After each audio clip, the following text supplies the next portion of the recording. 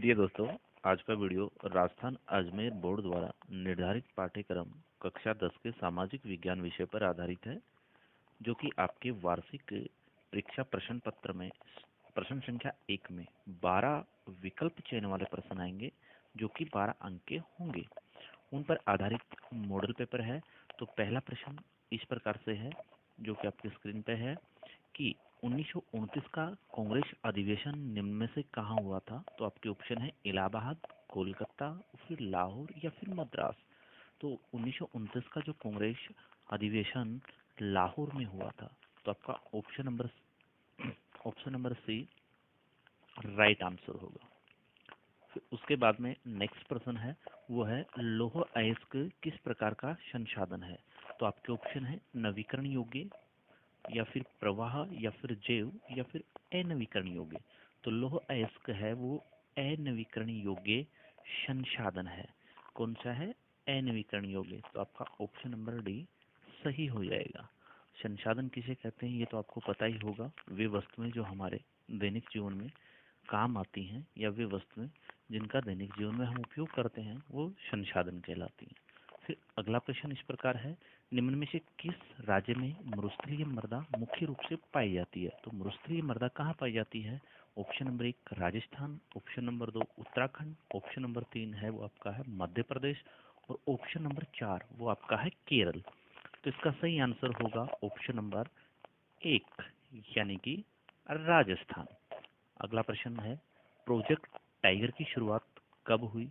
तो option number ए में है 1974, ऑप्शन नंबर 2 में है 1973, और ऑप्शन नंबर 3 में है 1975, और ऑप्शन नंबर 4 में है 1976। तो प्रोजेक्ट टाइगर की जो शुरुआत हुई थी वो हुई थी 1973 में, यानी कि ऑप्शन नंबर बी है वो आपका सही उत्तर है। उसके बाद में है कि श्रीलंका स्वतंत्र राष्ट्र कब बना। 1948 में, option number A, option number B वो 1949 में, ऑप्शन नंबर सी 1950 में, और ऑप्शन नंबर डी यानी कि 1951 में। जो श्रीलंका था वो स्वतंत्र राष्ट्र यानी कि श्रीलंका आज़ाद हुआ था, वो हुआ था 1948 में, यानी कि ऑप्शन नंबर ए है वो आपका सही उत्तर होगा। फिर उसके बाद में केंद्र व राज्य के मध्य विधायी अधिकारों को कितने हिस्सों में बांटा गया है, यानी कि केंद्र और राज्य के बीच में जो कानून बनाने की जो शक्ति है उसको कितने भागों में बांटा है। तो ऑप्शन नंबर ए में दे रखा है 2, बी में दे रखा है 3, और सी में दे रखा है 4, और डी में दे रखा है 1। तो इसका आंसर होगा 3, यानी कि ऑप्शन नंबर बी बी आपका सही होगा। आपको पता होगा केंद्र और राज्यों के बीच में जो कानून बनाने के जो अधिकार हैं उनको 3 भागों में बांटा गया है, जिनको कहा जाता है संघ सूची, राज्य सूची एंड समवर्ती सूची। संघ सूची पे कानून बनाने का अधिकार केंद्र सरकार को है, राज्य सूची पे कानून बनाने का अधिकार राज्य सरकार को है, और समवर्ती सूची पे कानून बनाने का अधिकार केंद्र सरकार तथा राज्य सरकार दोनों को है।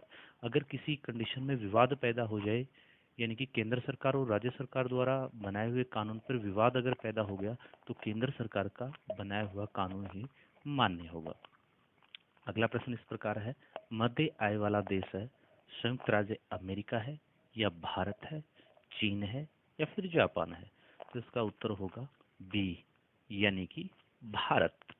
अगला प्रश्न, औद्योगिक क्षेत्र कहा जाता है, यानी कि उद्योगों को कौन से क्षेत्र में शामिल किया गया है। तो प्राथमिक क्षेत्र, द्वितीयक क्षेत्र, तृतीयक क्षेत्र, या चतुर्थक क्षेत्र। तो इसका आंसर हो जाएगा ऑप्शन नंबर बी, यानी कि द्वितीयक क्षेत्र। अगला प्रश्न है, विभिन्न देशों के बीच परस्पर संबंध और तीव्र एकीकरण की प्रक्रिया कहलाती है। उदारीकरण कहलाएगी, या निजीकरण कहलाएगी, या राष्ट्रीयकरण कहलाएगी, या वैश्वीकरण कहलाएगी। तो इसका आंसर होगा वैश्वीकरण, यानी कि ऑप्शन नंबर डी आपका सही आंसर होगा।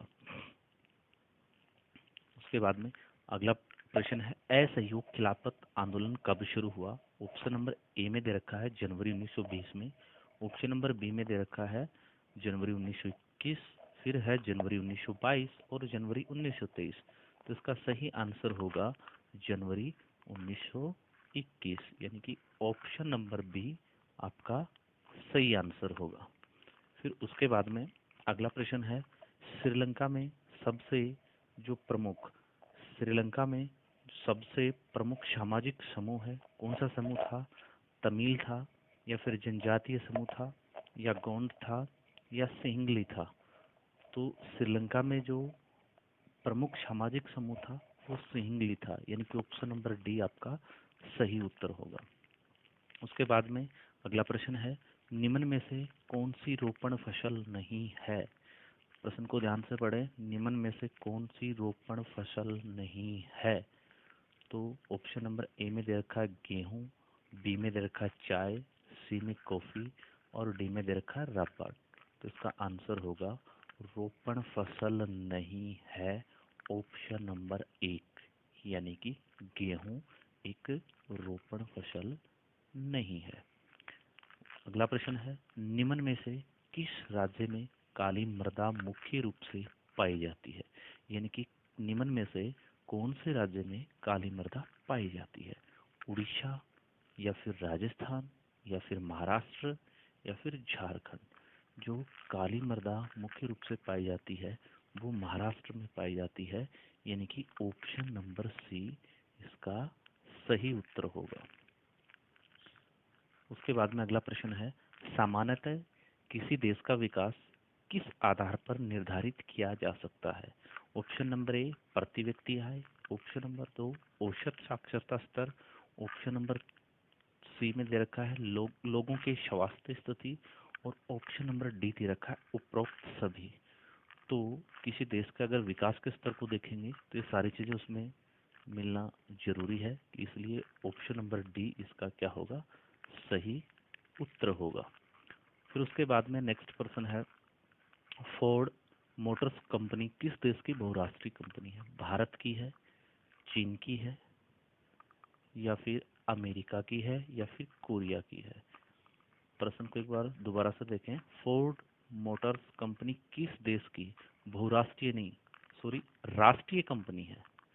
तो यह है अमेरिका की, ऑप्शन नंबर सी इसका सही उत्तर होगा।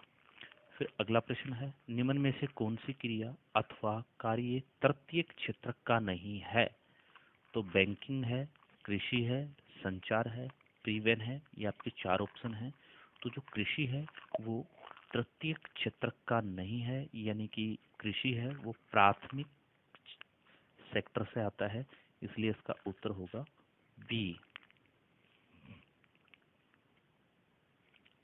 अगला प्रश्न है, ज्वारीय ऊर्जा निम्नलिखित में से किस प्रकार का संसाधन है? पुनः पूर्ति योग्य है, या फिर अजैव है, या फिर मानव निर्मित है, या फिर अचक्रीय है? तो ज्वारीय ऊर्जा निम्नलिखित में से वो है पुनः पूर्ति योग्य संसाधन है, आपका सही उत्तर होगा ऑप्शन नंबर ए। अगला प्रश्न है, ब्रेटन वुड्स व्यवस्था पर सहमति बनी थी, यानी कि ब्रेटन वुड्स व्यवस्था पर सहमति कब बनी? दिसंबर 1943 में, या जनवरी 1944 में, या फिर मार्च 1944 में, या फिर जुलाई 1944 में? तो इसका सही उत्तर होगा जुलाई 1944 में, यानी कि ऑप्शन नंबर डी आपका सही उत्तर होगा।